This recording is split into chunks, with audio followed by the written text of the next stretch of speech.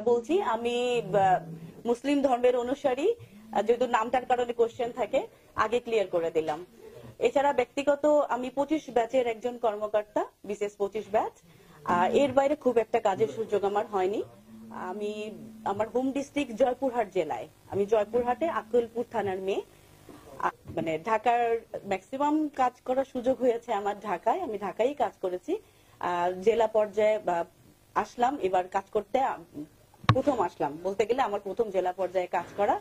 এই হিসেবে আপনারা যারা আছেন সবার কাছে আমি সহযোগিতা চাচ্ছি, মানে আছেন বা যারা আছেন গাইবান্ধাবাসী আছেন, মূলত এনারা যাতে আইন শৃঙ্খলা ঠিক মতো মানে আমরা দেখতে পারি এবং ওনারা যেন শান্তিতে থাকতে পারেন, সুন্দরভাবে আমরা একসাথে একত্রে বসবাস করতে পারি, এটা একটা উদ্দেশ্য।